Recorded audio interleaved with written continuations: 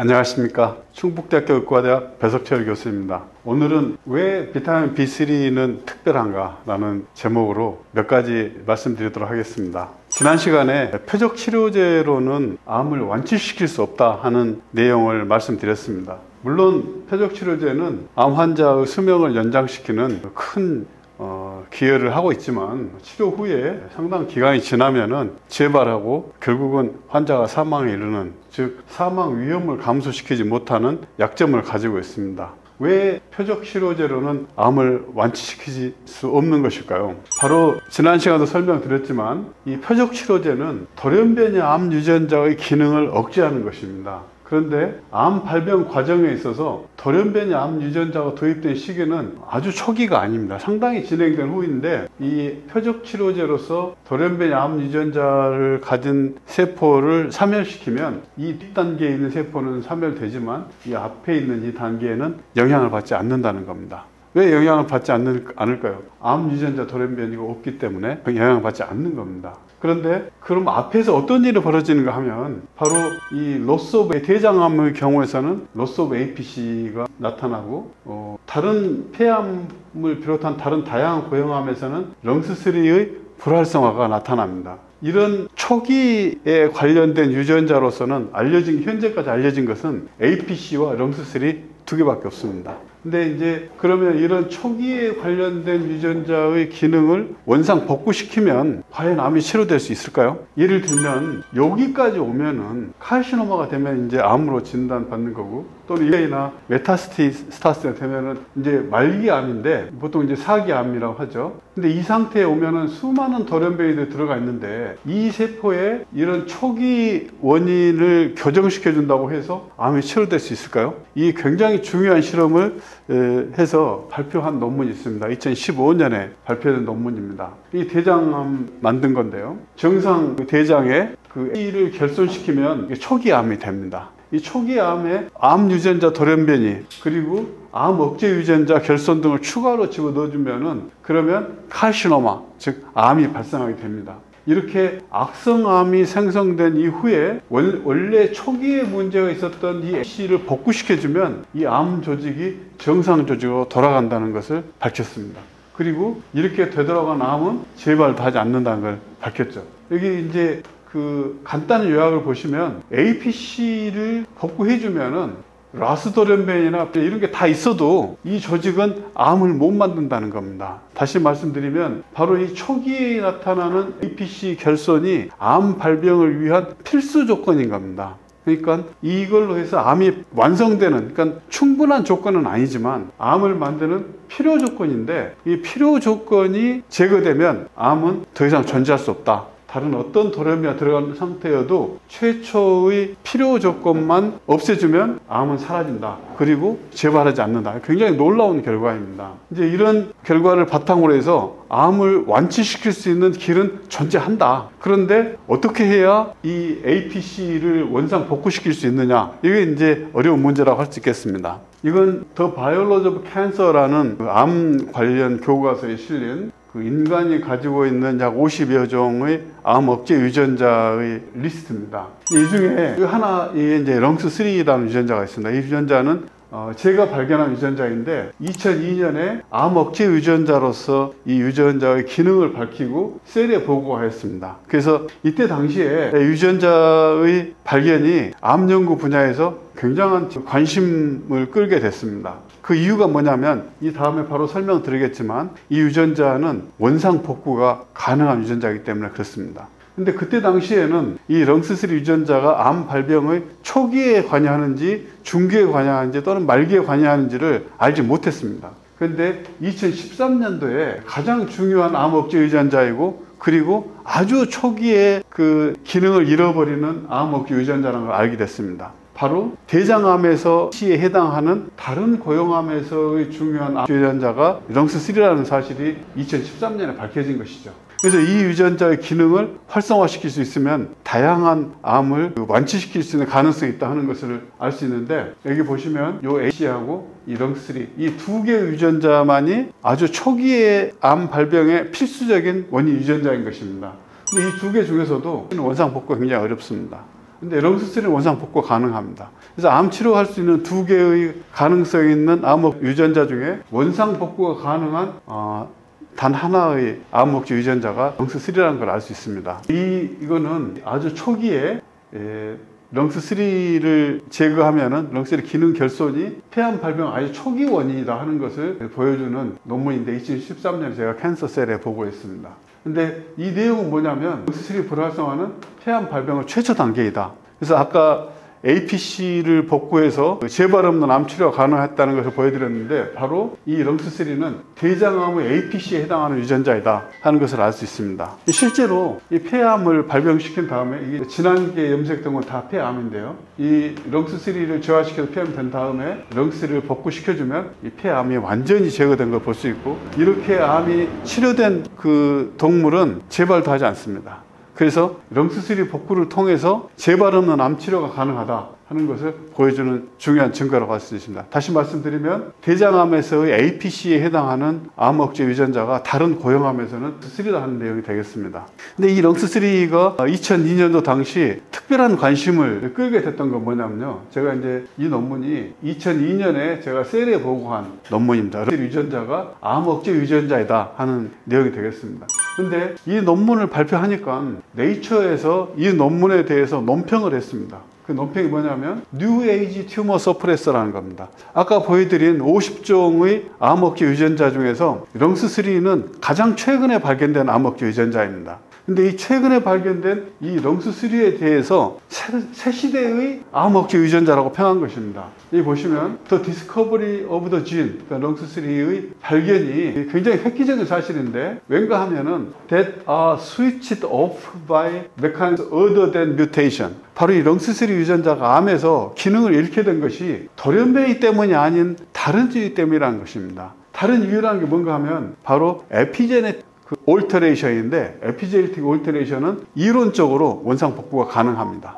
그래서 이 새 시대의 암흑지 유전자라는 표현은 과거의 암흑지 유전자는 그것이 무엇 때문에 어떻게 해서 억제됐는지 돌연변이 됐는지 기능을 잃었는지를 안다고 해도 그것이 암 치료에 도움이 안 됐습니다. 왜냐하면 원상 복구가 불가능하기 때문에. 그런데 렁스3는 원상 복구가 가능한 형태의 그 기능 저하이기 때문에 새 시대의 튜머 서프레서, 즉 암 치료에 적용할 수 있는 튜머 서프레서라고 해서 많은 사람들이 큰 관심을 끌었던 것입니다. 그러면 이 3는 어떻게 기능을 잃어버린 걸까요? 이 염색체는 두 가지 이 큰 구조로 나뉩니다. 하나는 유크로마틴, 활성 유전자의 구조고요. 하나는 헤테로크로마틴, 이건 불활성 유전자 구조입니다. 이게 이제 세포이고 요 안에 동그란 부분이 세포 핵인데 여기 보시면 진하게 염색된 부분하고 회색으로 염색된 부위가 있죠. 이 진하게 염색된 부위는 헤테로크로마틴이라고 합니다. 바로 여기서 보시면 DNA가 꽉 뭉쳐있는 상태입니다. 이렇게 뭉쳐있는 상태는 사일런트에서 불활성 구조입니다. 이 안에 있는 유전자는 해석되지 못합니다. 근데 여기 있는 그 회색빛 이 지역은 유크로마틴이라고 부르고 이게 활성 유전자 형태입니다. 이 활성 유전자 형태는 이렇게 풀어 헤쳐진 구조입니다. 이렇게 풀어 헤쳐져 있어야 이 유전 정보를 해석하고 활용할 수가 있는 것입니다. 그러니까 우리 몸에는 한 세포당 약 3만 개 정도 유전자가 있는데 이 3만 개 정도가 다 풀어헤쳐진 것이 아니라 약 반 정도는 이렇게 뭉친 형태로 있고 반 정도는 이렇게 열린 형태로 있습니다. 그러면 그 반 닫힌 형태로 있는 그 반은 어떤 유전자고 열려있는 반은 뭘까? 어떤 유전자인가 하면은 이것이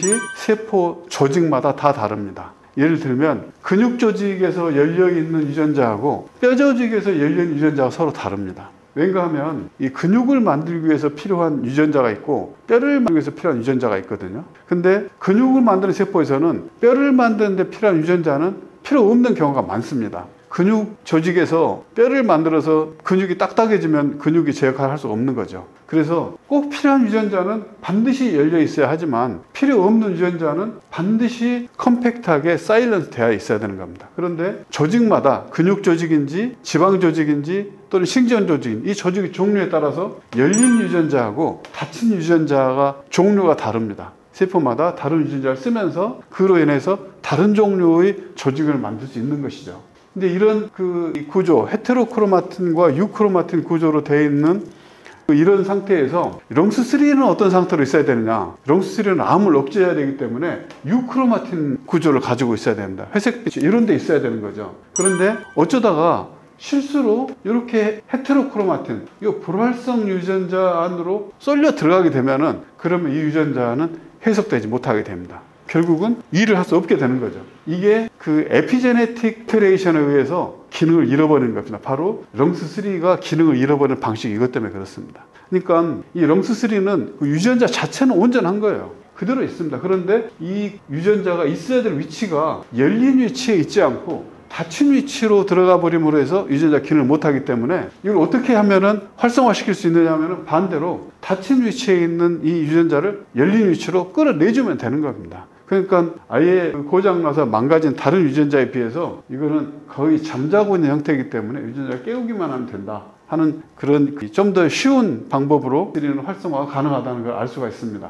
그러면 유전자가 어떻게 해서 닫힌 구조가 되고 어떤 것이 열린 구조가 되느냐, 그것은 바로 이런 큰 원칙이 있습니다. 이건 이제 닫힌 구조고요, 불활성 구조고, 이게 열린 구조, 활성 구조인데, 이 유전자에 아세틸화가 되면 대체 열리게 됩니다. 근데 유전자에서 탈아세틸화, 아세틸고 떼내면은 그럼 닫힌 그룹이 되는 겁니다. 여기에 관련된 효소들이 다양하게 많습니다. 근데 이제 여기서 우리가 주의 깊게 봐야 될 효소가 뭐냐면 서투인이라는 효소입니다. 이 서투인은 굉장히 중요한 그 에피제네틱, 그 후생 유전학 조절 효소인데, 바로 탈아세틸화를 촉진함으로 해서 열린 구조의 유전자가 닫힌 구도로 바뀌도록 만드는데 굉장히 중요한 역할을 합니다. 열린 구조가 닫힌다고 해서 이게 나쁜 게 아니에요. 닫혀 있는 것을 연다고 해서 이것도 좋은 것도 아닙니다. 필요한 유전자는 열어야 되고 필요 없는 유전자는 닫혀야 되기 때문에 이 유전자의 정교한 역할이 중요한 것이지, 유전자가 일을 많이 하고 못하고 그런 것이 중요하지 않습니다.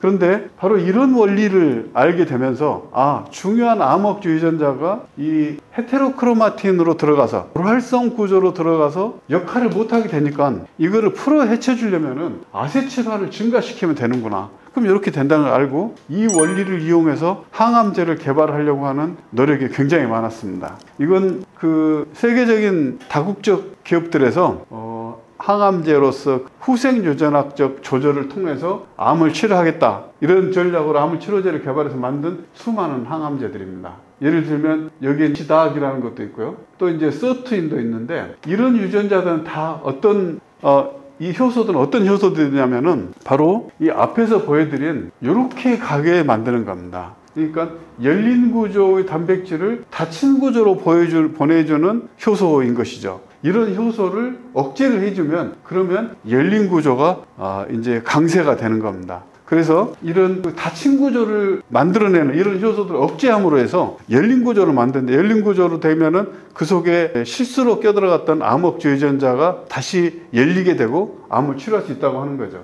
그런데 수많은 노력을 했는데 실제로 이 중에는 항암제로 식약처 승인을 받아서 판매된 제품들도 꽤 많습니다. 여기 MS275라든지 또는 몇 가지들은 실제로 항암제로 승인이 받아서 임상에 적용됐지만 실제로는 오래 쓰이지 못했습니다. 그 이유가 뭐냐면 부작용이 너무 큰 거예요. 원하는 암흑제 유전자의 활성화에는 성공했지만 생각지도 못한 큰 부작용을 직면하게 되고, 암 환자는 이 항암제 때문에 더 큰 손상을 입게 되는 문제가 발생하게 됐습니다. 왜 이런 문제가 발생했을까요? 이 헤테로크로마틴하고 유크로마틴은 유전자 한 개가 아닙니다. 이 안에 10,000개 이상 유전자가 응축이 돼 있어요. 그 유전자가 응축돼서 그 사일런싱 되는 이유는 뭐냐면 그 유전자가 필요 없기 때문에 그렇습니다. 그 유전자는 발현되면 안 되는 거예요. 그러니까 이렇게 뭉쳐놓은 겁니다. 근데 여기에 어떤 특정 유전자 하나가 이렇게 있어야 되는 게, 이렇게 그 헤테로크로마틴, 그 응축된 형태로 들어가 버리면 이걸 꺼내야 되는 거거든요. 그래야지 기능을 못하는 암흑조 유전자를 기능을 하게 만드는 건데, 이거를 꺼내기 위해서 크로마틴을 열 수 있는, 그러니까 크로마틴을 응축시키는 효소, 서투인이나 H다악 같은 효소를 억제시키면, 그러면은 이놈들이 다 풀어져 버립니다. 이게 다 풀어지면 이 안에 있는 그 원하는 유전자 하나만 풀려 나오는 게 아니라 이 안에 모조리 다 풀려 나오는 겁니다. 그러면 원래 발현돼서는 안 될 유전자들이 다 발현되게 되고 이제 이 세포는 통제 불능이 되는 겁니다. 자기가 원하는 유전자들만 가지고 세포가 기능을 발휘해야 되는데 그렇지 않고 필요 없는 유전자, 발현돼서는 안 되는 유전자들 마구 발현하니까 이 세포는 엉망이 돼버리고 결국은 이것 때문에 오히려 암보다 더 큰 문제를 직면하게 되는 것입니다. 그러니까 중요한 문제는 뭐냐면 암 억제 유전자를 활성화시키는 것이 중요한데 더욱 중요한 건 뭐냐면 원하는 암 억제 유전자만 활성화시키는 것이 중요하다는 겁니다. 다른 것은 원래 응축돼 있어야 될 유전자들은 가만 놔두고 우리가 필요로 하는 원하는 유전자만 활성화시킬 수 있어야 되는데 이것이 극도로 어렵다는 것을 알게 됐습니다. 그래서 수많은 실패 끝에 이것은 거의 불가능하다 하는 결론에 도달하게 됐습니다. 어떻게 10,000개, 20,000개 되는 데서 우리가 원하는 렁스3만 찾아서 그걸 유크로마틴 활성화 형태로 만들 수 있는 방법이 있을 것 같지가 않은 것이죠. 그런데 그 생명현상은 굉장히 조화로워서 꼭 필요한 일을 필요한 만큼만 할 수 있는 조절 기전이 있습니다. 예를 들어서 우리가 그 어떤 음식을 먹었을 때도 소화시켜서 필요한 만큼은 사용하지만 남는 거는 다시 저장하기도 하고 저장하다가 또 필요하면은 그걸 꺼내 쓰기도 하고 또는 어떤 것을 A에서부터 C를 이렇게 만들려고 한다. 이런 과정을 살펴보면 A에서 B로 가고 B가 C로 되는 이런 과정에서 이 A는 원재료입니다. 이 원재료를 가지고 이 B, C만 만들 수 있는 것이 아니라 D, E, F 많이 만들 수 있어요.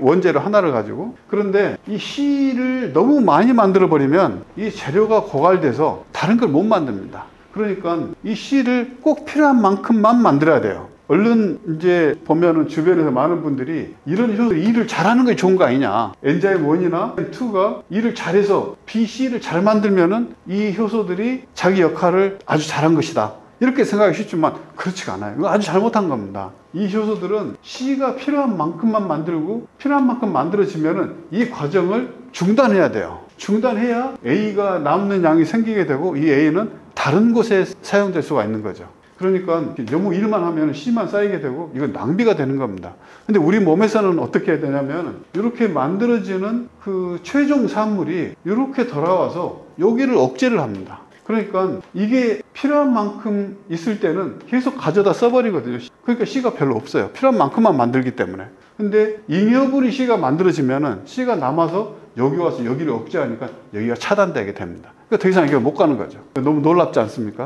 이런 걸 보고 피드백 조절이라고 합니다. 결과물이 여기 앞부분을 통제해서 필요 없는 일을 못하게 만드는 거예요. 그래서 이 과정이 적절하게 필요한 만큼만 진행되도록 하는 겁니다. 이 현상은 생명체 안에서 그 굉장히 놀라운 기법으로 개발된 것이고 아직 인간이 흉내내기 굉장히 어렵습니다. 인간은 어떤 이 약물을 개발하면은 한쪽을 잘하게만 하거나 한쪽을 못하게만 할 수 있지 적당히 필요한 만큼만 잘하게 필요한 만큼만 못하게 하는 그런 기술 수준에는 아직 현재의 부족한 상태에 있는 겁니다. 그러니까 그 유크로마틴, 헤테로크로마틴에서 어떤 유전자를 열고 닫을 때 필요한 만큼만 딱 열고 딱 닫아야 되는데 그거를 조절하지 못하기 때문에 너무 부족해서 아예 열지 못하거나 너무 많이 열어가지고 필요 없는 것까지 열어젖히거나 이런 것 때문에 이 문제가 발생하는 것이죠. 그래서 아까 그 부분을 조금 더 크게 보시면 특히 이 서투인이라는 효소에 주목할 필요가 있습니다.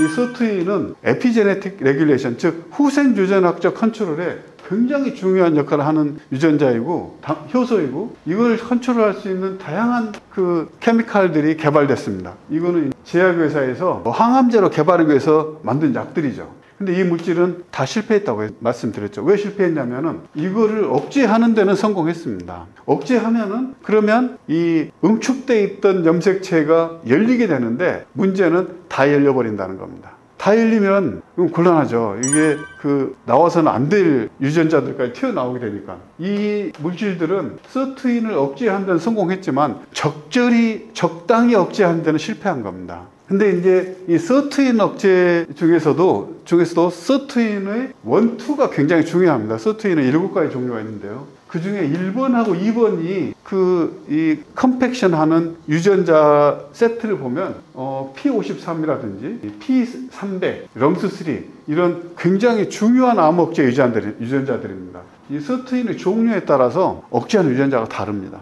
그러니까 이 서트인 1과 2가 이런 것들을 억제하고 있기 때문에 이 두 개의 효소를 억제하게 되면 이게 풀려나게 되는 거죠. 근데 이제 이것도 이것만 억제하는 것이 아니라 이게 이제 빨리 반응하는 거고 이 뒤에 수많은 유전자에 따라 붙어요. 그러니까 이것도 적당히 조절해 줘야 원하는 유전자를 풀어낼 수가 있는 겁니다. 이 서트인 1, 2 특히에 대해서 억제하는 물질들, 캄비놀, 살레마이드, 서티놀, 테노빈, 이거 다 제약회사에서 서트인 억제를 통해서 항암 치료제로 개발하기 위해서 만들어진 약물입니다. 여기 보시면 IC50라고 하는 게 있는데 이건 어떤 의미냐면 어떤 효소의 활성을 절반으로 억제하는 데 필요한 물질의 농도를 말하는 겁니다. 그러니까 이 숫자가 작을수록 더 효과적인 억제제라는 뜻이죠. 근데 여기 보시면 서트1에 대해서는 보통 56, 76몰 정도 되는데 비타민 B3는 85 정도 됩니다.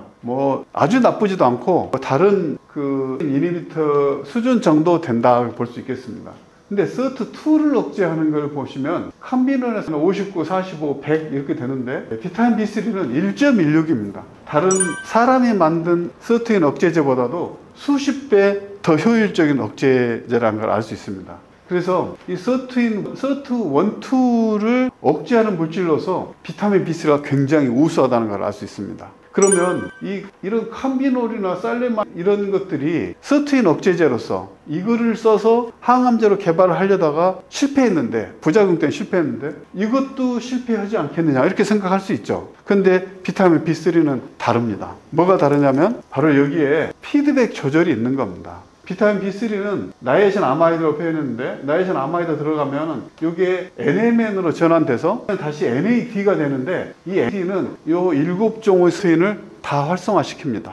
그런데 나이아신 아마이드는 서트1과 2는 억제합니다. 그런데 이게 서트1과 2를 한없이 억제할 수 있는 게 아니에요. 나이아신 아마이드로부터 만든 NAD가 다시 이것을 활성화시키기 때문에 이것은 적절히 조절되는 겁니다. 과도하게 억제되지 않고 필요한 만큼 억제되면은 여기서 다시 활성화시키고 억제와 활성화가 여기서 균형을 이루게 되는데 대체로 나이아신 아마이드를 복용하게 되면은 이 최초의 물질 나이아신 아마이드가 대사 산물인 NAD보다 좀 더 높은 농도를 가지게 되고 이 억제가 약간 우세합니다. 그러나 활성화하고 억제하고 경쟁하기 때문에 약간 차이만 나는 거죠. 이 약간 차이를 내는 것이 굉장히 중요합니다. 왜냐하면 염색체의 구조를 변경하는 것은 이 약간의 차이로도 충분하고 이것으로 우리가 원하는 성과를 거둬낼 수 있으면 더 이상 할 필요가 없는 겁니다. 더 이상 일하는 것은 필요 없이 일하는 것이고 그건 전부 다 부작용의 원인이 되는 것입니다.